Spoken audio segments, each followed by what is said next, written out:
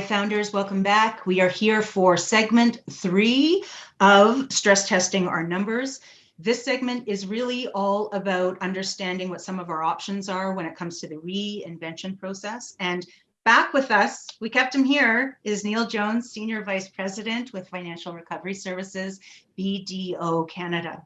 So Neil, you've shared with us so much information, so appreciative. I know there's a lot there for people to process, but as we were just talking about, take what lands with you right now. Don't let this overwhelm you. Just one step at a time, one baby foot in front of the other. Don't look at the mountain, just head down one step at a time.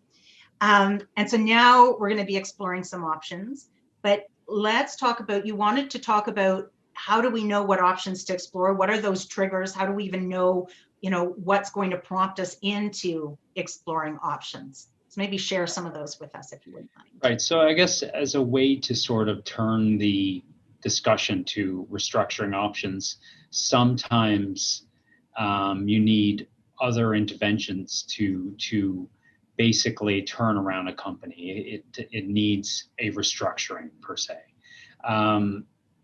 First, I identified some triggers that I think would be helpful for companies to help them determine, hey, maybe a restructuring is required here. Some of those could be tied to, liquidity ratios that we already talked about. Mm-hmm.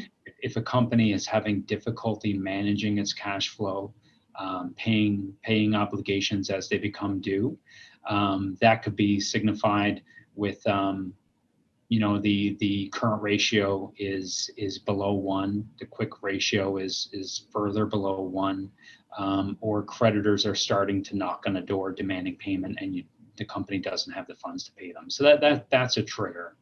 A lot of the other triggers are sort of tied to your financial lender. So if you're having trouble servicing your debt, so going back to the DSCR ratio, debt service coverage ratio, if you're not generating enough cash flow from operations to service your debt, your interest and principal payments, that's likely a sign that if you can't turn things around on the income statement quickly, you may need to think about restructuring. Again, tied to financial institutions, if your loans are up for refinancing and you're having trouble refinancing your debt with your current lender, or if you're having trouble finding alternative financing, so having a replacement financial institution for your debt, that could be a trigger that it's time to think about a restructuring. You could have a breach of covenant with your existing institution. You were going to say something, sorry? Well, I was just, I did have a question there. And as you were talking then, I was thinking about oftentimes, again, founders sometimes leave this till it's too late. And as you were walking through these triggers, I could see early stage triggers, medium stage triggers. And then when those calls are coming in, that's a late stage trigger.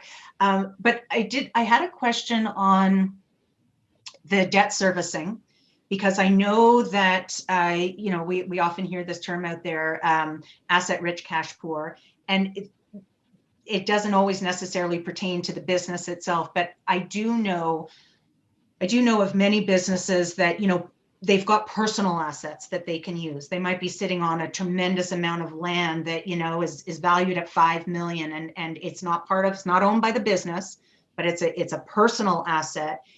At what point, and maybe this is beyond the scope of this call, actually, now that I'm talking about this, but I know that oftentimes rather than doing the math and doing the numbers, they'll take personal assets and they'll start throwing them at the business just to survive. Would you recommend actually finding a way to restructure the business as an operation, like the entity itself, finding a way to restructure it before we start taking personal assets and throwing those into the business? Or again, if it's beyond the scope of this call, let me know. Well, often if you have, back to your example, an owner who is asset rich outside of the company, instead of actually cashing those assets, so selling a piece of land and bringing those funds into the company, you may be able to work out some sort of personal guarantee with your financial institution. Okay. So the institution knows that you have a certain asset that's valuable, and they would basically ask that you give a personal guarantee that acts as leverage collateral for the loan that's being placed to the company. Gotcha. There will be requirements that you can't go and sell that piece of asset. For example, there may be some requirements like that, but that may be an option instead of selling the asset. Okay. Sorry to derail that conversation. It's just what came to mind as I was thinking about several clients that are in that position now. So we've got those triggers, and so I guess taking action sooner rather than later. The first option, you talked a little bit about some of maybe the informal options that are at our disposal.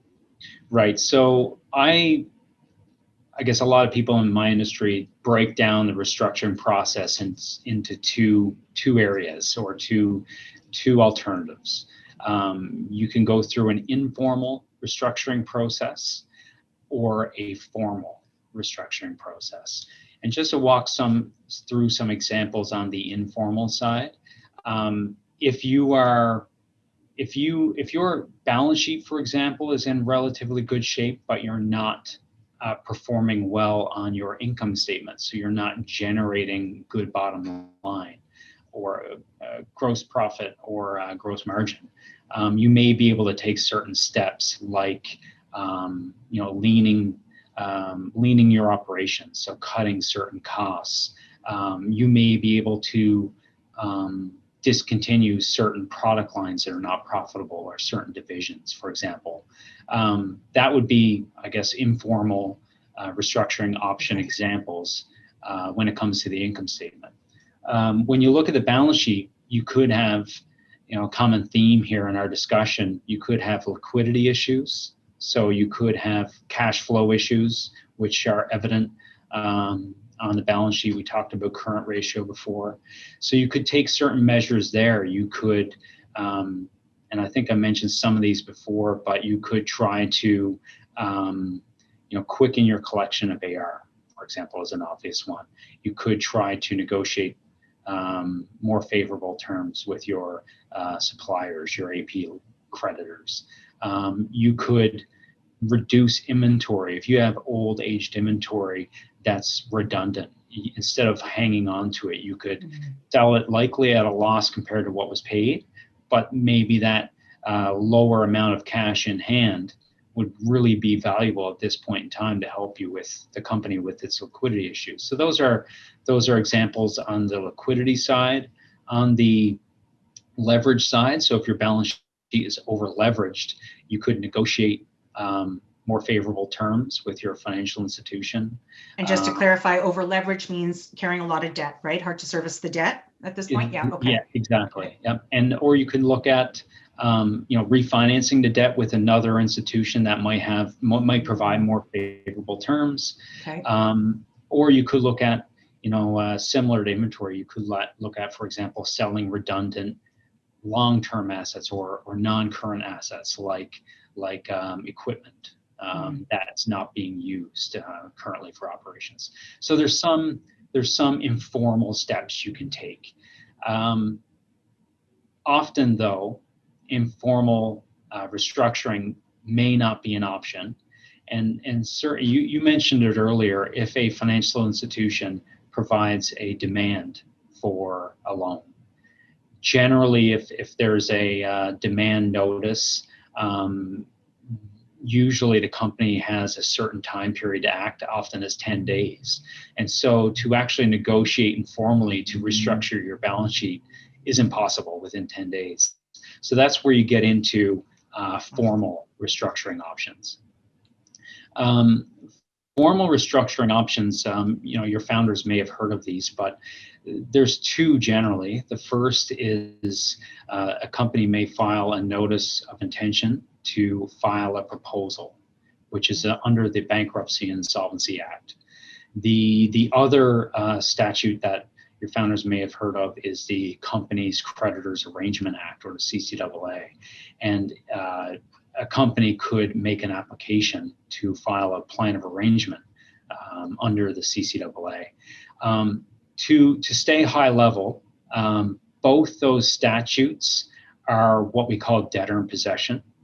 So that means the debtor remains in control of the assets. Operations usually continue. Okay. The statutes also provide what is called a stay of proceedings. So essentially it's like a timeout.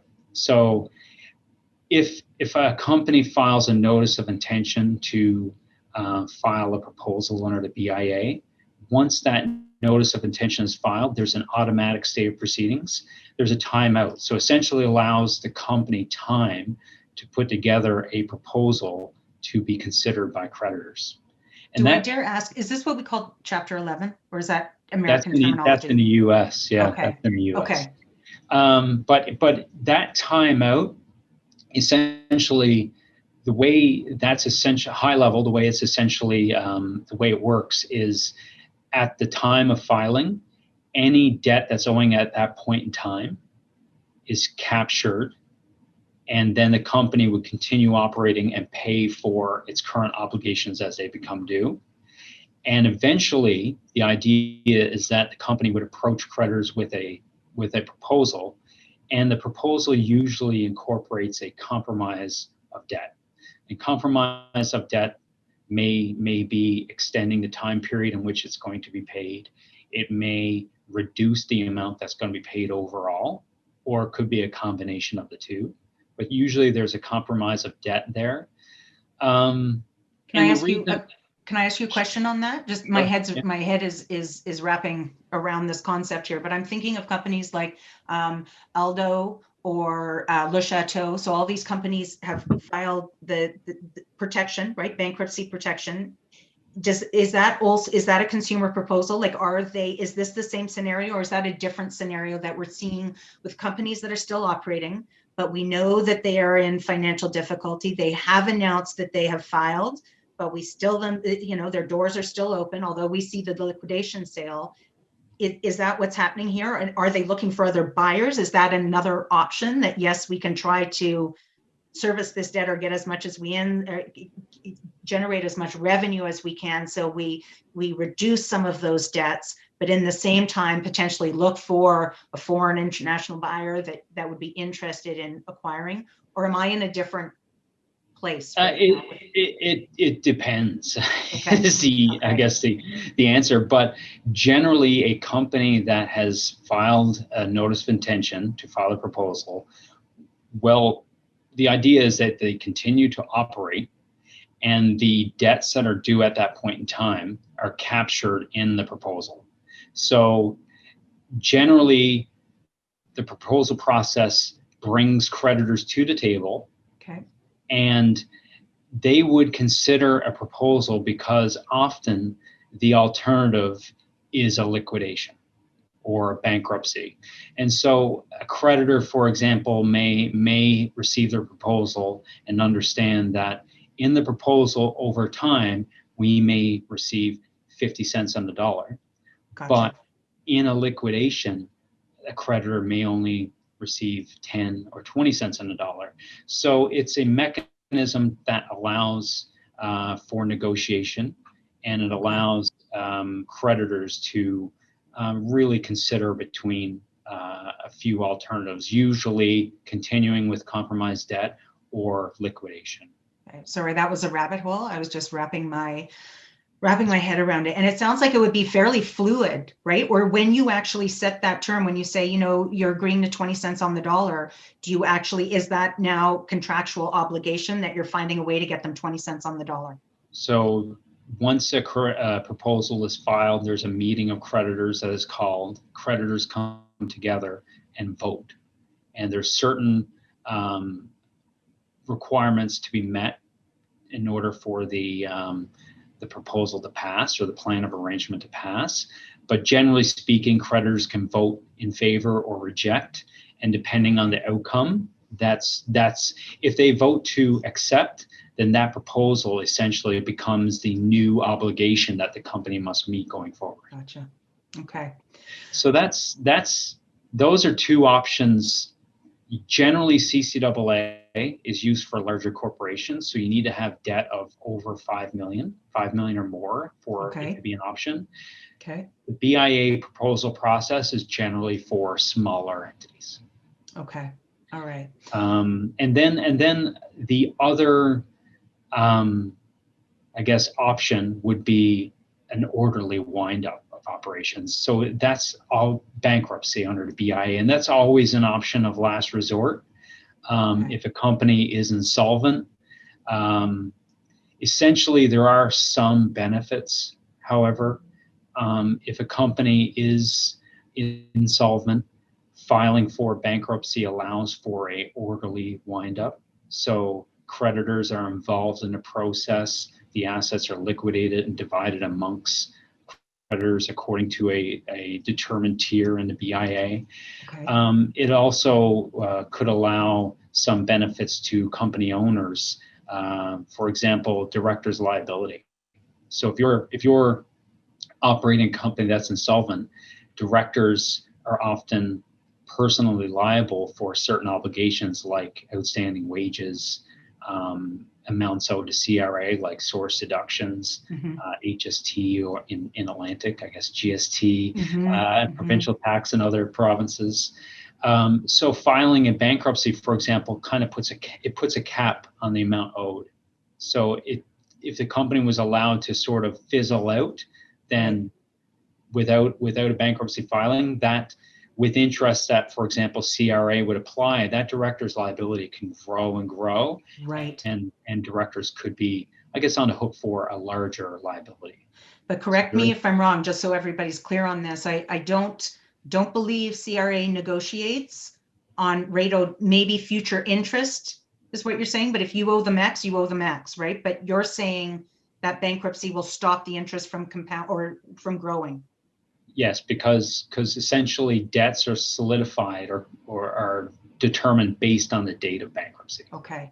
So that brings up a really important point as we'll wrap this up, everybody. I know this is a heavy conversation for a lot of people to take in, but I think it's important. It's important information to have. And I know a lot of people are intimidated to reach out, make the call, ask the questions, because it's cloaked in a lot of shame and secrecy and guilt. And so that's the whole idea of this episode. And now, speaking about that, I forgot what my question was on this topic. Oh, I remember, Neil.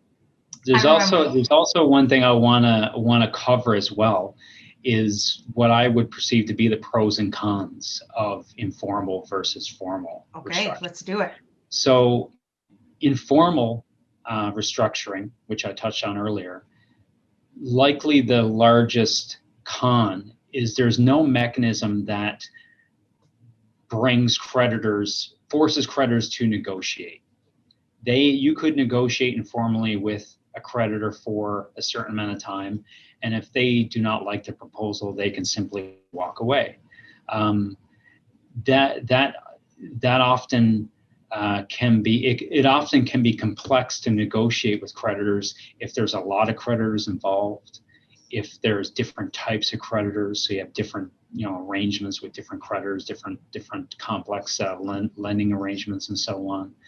So those would be generally the cons. The pros would be it's not as expensive as a formal restructuring process. Okay. And so if I move over to formal, what are the pros and cons? Generally, the BIA proposal process and the CCAA process are both court-driven. So therefore, it tends to be an expensive process. So yes, there is the stay of proceedings and mechanisms in place to bring creditors to the table for a negotiation for a plan or a proposal, but it is going to be more costly. Do I dare ask who absorbs those costs? Where do those go? If we're already, carrying the debt, and do they just get attached to the suit? The cost to actually administer this process is generally paid by the debtor. And it's, there are mechanisms in place, for example, an administration charge. So the court may approve an administration charge up to a certain dollar value for professionals. Okay. But generally, if a company is able to file a plan or a proposal that's accepted, there is a compromise of debt. And generally the professional fees, they can mount up, but with the reductions of debt and the extra amount of time that may be available to pay that off, generally professional fees are not, the compromising of debt allows for more than enough, to cover professional fees, would probably be the way to put it. Okay. So back to that question, I'm curious now. It sounds like, I know a lot of people wait till the very end to actually reach out, get the help that they need. From the content that you've provided today, it sounds like the sooner you get on top of this process, the sooner you explore your options, regardless of the impact, right? Regardless of whether you need to go informal, formal, the sooner you get on top of it, the more money you save, the more risk you mitigate, right? The sooner you start all of this, the better off you are. And so reaching out sooner rather than later, obviously, is really what I'm trying to get to. Right. And I would encourage, any company that if they're in financial stress, to reach out to a professional, and it may take a professional 3 or 4 hours of reviewing financial information to understand that there are certain issues here, and may be able to really outline what your high level options may be. So before things go too far, to allow chance for turnaround, I would certainly recommend reaching out to a professional. The other points I would make, you mentioned don't wait and see, take a proactive approach. Yeah. As well as, often, when it comes to these restructuring alternatives, injecting more money may not be the best idea, because you may be able to restructure and basically have a healthier company come out of the restructuring proceeding, and then potentially have some capital injections at that point. Neil, I think that's such a perfect spot to end it on, because I think that's important to realize. Throwing money at the problem isn't always necessarily the solution, right? So reach out sooner rather than later. Neil, BDO has offices across Canada, right? We're going to put your contact information down below. You're comfortable with people reaching out to you if they have any questions, and if it's not you, obviously you can direct them into the right spot. But please, for those people watching or listening, it is a painful time out there. You're not alone. There's a lot of people going through this right now. There's no shame in it. Let's just take ownership and be, proactive with respect to the situation. So please download the playbook. Everything we've talked about here is kind of spelt out for you step by step in the playbook. So you've got a copy of that, so you can put it right on your desk. Also, please, if there's another takeaway from this, get your numbers done, because even if you're going to reach out to Neil or another member of his team, they need to see the numbers, whether it's the notice to readers or whatever you have in your accounting software. Get those organized, stay on top of them. So download the tools. And just again, a shout out to our episode champion, Community Futures of Saskatchewan, 13 offices across the province to support business owners. Neil, thank you. You shared so much information on a topic that's sticky for a lot of people, and you've brought a lot of clarity to it. So thank you so much for investing your time with us here today for this episode. And thank you, founders, for watching. Look forward to seeing you in the Gap Lad again for the next episode. Until then, stay safe, stay strong, and stay financially fierce. And now go nail your numbers. Bye for now.